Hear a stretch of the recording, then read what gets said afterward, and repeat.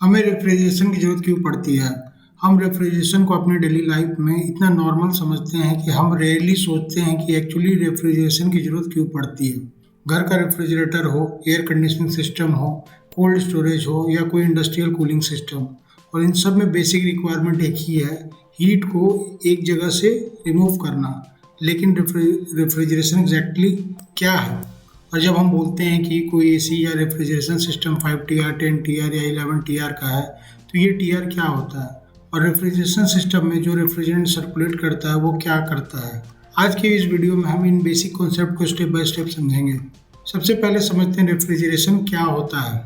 Simple words में refrigeration एक ऐसा प्रोसेस है जिसमें किसी डिजायर्ड स्पेस, सब्सटेंस या सराउंडिंग से हीट रिमूव किया जाता है ताकि उसका टेम्परेचर रिक्वायर्ड लेवल पर मेंटेन किया जा सके। यानी रेफ्रिजरेशन का बेसिक आइडिया है हीट रिमूवल। हम किसी ऑब्जेक्ट को डायरेक्टली कोल्ड नहीं देते, हम उस ऑब्जेक्ट से हीट रिमूव करते हैं और इसी हीट रिमूवल के रिजल्ट में हमें कूलिंग इफेक्ट मिलता है।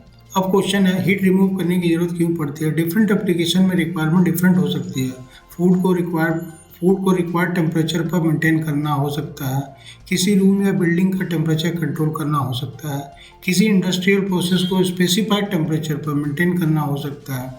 यानी रेफ्रिजरेशन सिर्फ रेफ्रिजरेटर तक लिमिटेड नहीं है। जहाँ भी टेम्परेचर कंट्रोल और हीट रिमूवल की रिक्वायरमेंट होती है वहाँ रेफ्रिजरेशन प्रिंसिपल इंपॉर्टेंट हो जाता है। अब इसको एचवीएसी से कनेक्ट करते हैं। एचवीएसी में एयर कंडीशनिंग का मेन पर्पस सिर्फ एयर को सर्कुलेट करना नहीं है। कूलिंग के केस में हमें स्पेस से हीट रिमूव करना होता है। यही refrigeration principle air conditioning system का इम्पोर्टेंट फाउंडेशन है। इसलिए अगर आप एचवीएसी इंजीनियर बनना चाहते हैं तो रेफ्रिजरेशन को समझना बहुत इंपॉर्टेंट है। अगर आगे हम इवापोरेटर, कंप्रेसर, कंडेंसर और एक्सपेंशन डिवाइस जैसे कंपोनेंट को भी इसी बेसिक प्रिंसिपल से कनेक्ट करेंगे। अब आते हैं एक बहुत कॉमन एचवीएसी टर्म पर, टन ऑफ रेफ्रिजरेशन। आपने स्पेसिफिकेशन में देखा होगा 1 TR of AC, 5 TR of system, 100 TR of chiller. लेकिन ये टन का मतलब मशीन का वेट नहीं है, यहाँ रेफ्रिजरेशन कैपेसिटी को एक्सप्रेस करने की एक यूनिट है। What is 1 TR? Historical definition के अकॉर्डिंग 1 टन ऑफ रेफ्रिजरेशन को आइस के मेल्टिंग प्रोसेस से डिफाइन किया गया था। 1 टन आइस को 24 आवर में 0 डिग्री सेल्सियस पर वाटर में कन्वर्ट करने के लिए रिक्वायर्ड कूलिंग इफेक्ट को 1 TR डिफाइन किया गया। इसका कॉमनली यूज इक्विवेलेंट है 1 TR equal to 12,000 BTU per hour और approximately 1 TR equal to 3.5 kilowatt of refrigeration capacity. इसलिए जब हम बोलते हैं कि एक सिस्टम 10 TR का है, इसका मतलब है कि उसकी refrigeration capacity approximately 10 into 3.5 equal to 35 kilowatt है। टीआर कूलिंग कैपेसिटी को रिप्रेजेंट करता है, इलेक्ट्रिकल पावर कंजप्शन को डायरेक्टली रिप्रेजेंट नहीं करता। यह डिफरेंस हम आगे सीओपी के टॉपिक में डिटेल में समझेंगे। अब एक और इम्पोर्टेंट क्वेश्चन है, हीट को रिमूव करता कौन है? यहाँ आता है रेफ्रिजरेंट। रेफ्रिजरेंट एक वर्किंग फ्लूइड है जो रेफ्रिजरेशन या हीट पंप साइकिल में हीट ट्रांसफर के लिए यूज होता है।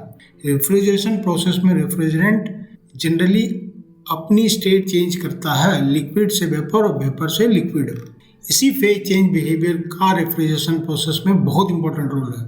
लेकिन कोई भी फ्लूइड रेफ्रिजरेंट नहीं बन सकता। एक सूटेबल रेफ्रिजरेंट में कुछ इंपॉर्टेंट प्रॉपर्टीज होनी चाहिए। For example low boiling point ताकि रिक्वायर्ड टेम्परेचर कंडीशन पर फेज चेंज हो सके, हाई हीट ऑफ वेपोराइजेशन ताकि refrigerant significant amount of heat absorb कर सके। इसके अलावा रेफ्रिजरेंट के लिए critical temperature, liquid and gas density, chemical stability, safety characteristic भी बहुत इंपॉर्टेंट है। और मॉडर्न रेफ्रिजरेशन सिस्टम में इन्वायरमेंटल इम्पैक्ट भी एक इम्पॉर्टेंट कंसिडरेशन है। यानी रेफ्रिजरेंट सिलेक्शन सिर्फ कूलिंग परफॉर्मेंस देखकर नहीं किया जाता। अब हम एक वेरी इंपॉर्टेंट टर्म पर आते हैं, रेफ्रिजरेटिंग इफेक्ट। सिंपल वर्ड में रेफ्रिजरेटिंग इफेक्ट का मतलब है सराउंडिंग से एब्जॉर्ब हीट। रेफ्रिजरेटिंग इफेक्ट वो हीट है जो कूलिंग मीडियम से सराउंडिंग से एब्जॉर्ब करता है। इसको जनरली यूनिट मास में रेफ्रिजरेंट के बेसिस पर एक्सप्रेस किया जाता है। फॉर एग्जांपल किलोजूल पर केजी या BTU पर LB। अब रेफ्रिजरेशन को प्रैक्टिकल एप्लीकेशन से कनेक्ट करते हैं।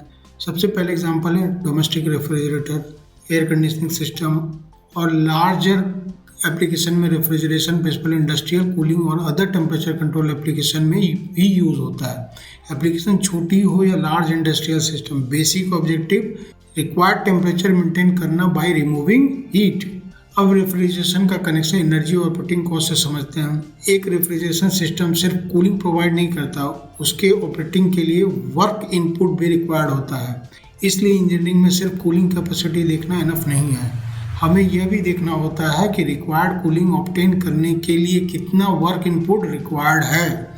इसी कंसेप्ट से आगे हम COP मतलब कोएफिशिएंट ऑफ परफॉर्मेंस को समझेंगे। हायर COP का direct connection lower operating cost से होता है। अब तो आज के इस वीडियो में हमने रेफ्रिजरेशन के फंडामेंटल कॉन्सेप्ट को समझा। रेफ्रिजरेशन क्या है, TR क्या है, रेफ्रिजरेंट क्या है, रेफ्रिजरेटिंग इफेक्ट क्या है, और फाइनली रेफ्रिजरेटिंग सिस्टम को समझने के लिए हमने सिर्फ कूलिंग नहीं बल्कि refrigerant property, energy requirement, safety और इन्वायरमेंटल इम्पैक्ट को भी समझना जरूरी है। नेक्स्ट वीडियो में हम रेफ्रिजरेशन के आइडियल थर्मोडायनेमिक कंसेप्ट की तरफ जाएंगे, Carnot cycle, reverse Carnot cycle और COP। Thank you for watching.